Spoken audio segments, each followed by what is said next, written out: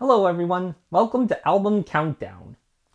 Today we're going to take a look at Metallica by Metallica, aka the Black Album.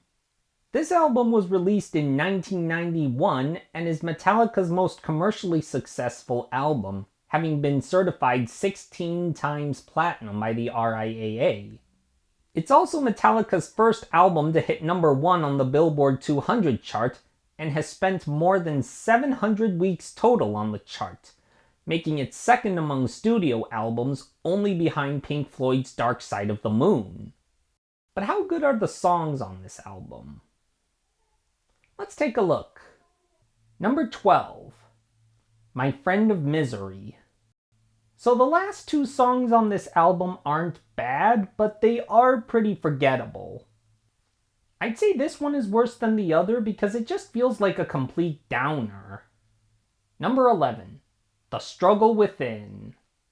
This one talks about inner turmoil that everyone goes through and the battles with their emotions. I put this one above My Friend of Misery because the lyrics feel more relatable.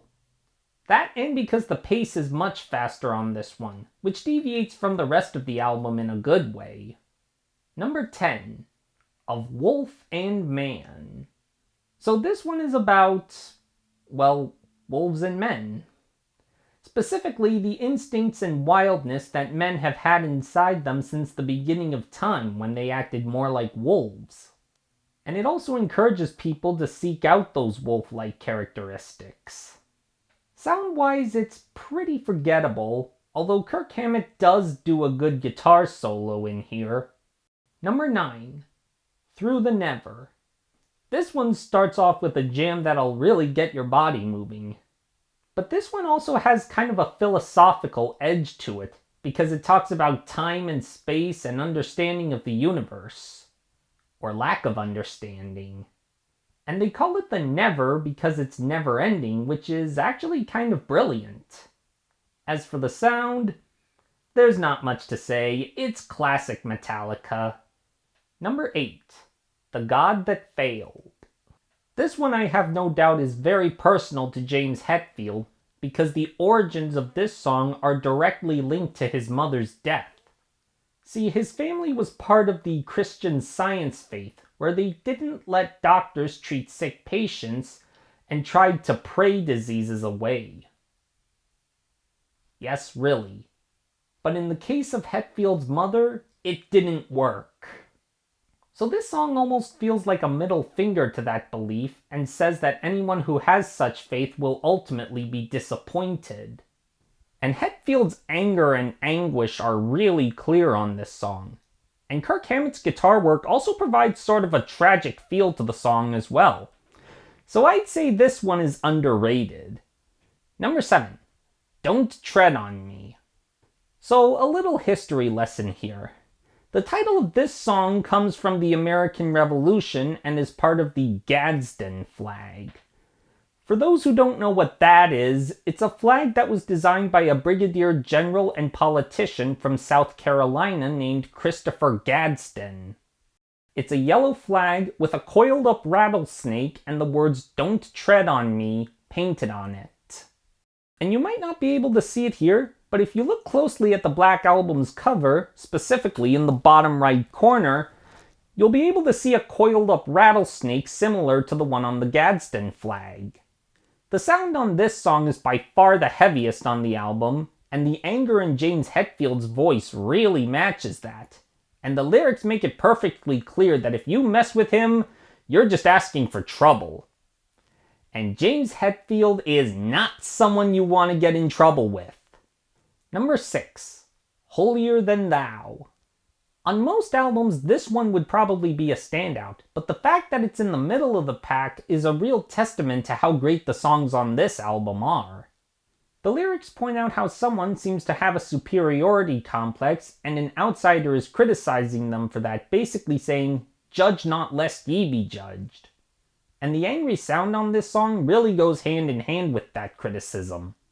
Number 5, Wherever I May Roam. So the introduction on this one is interesting.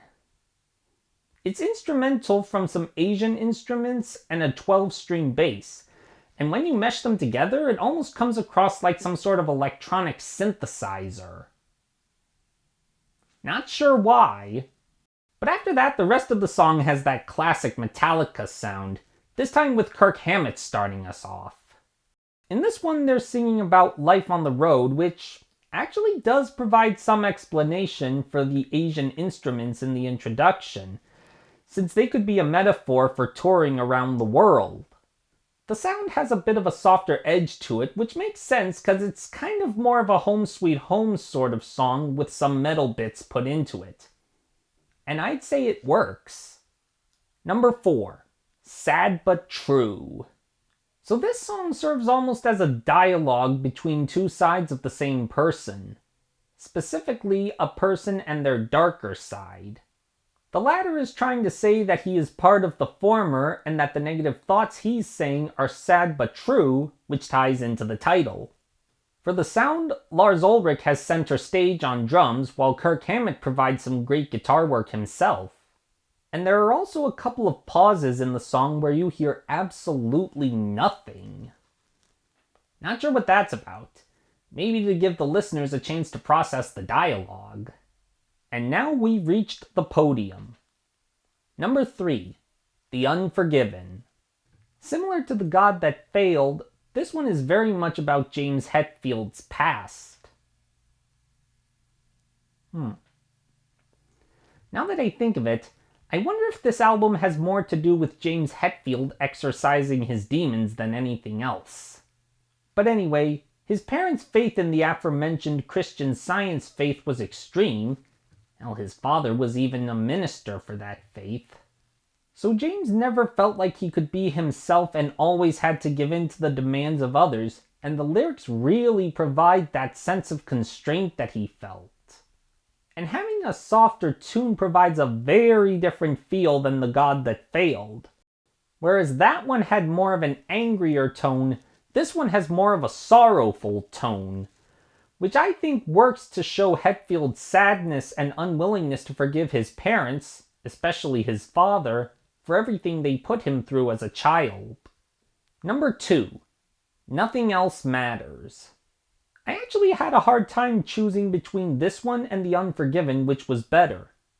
I ultimately chose Nothing Else Matters because I felt like I could understand its message better.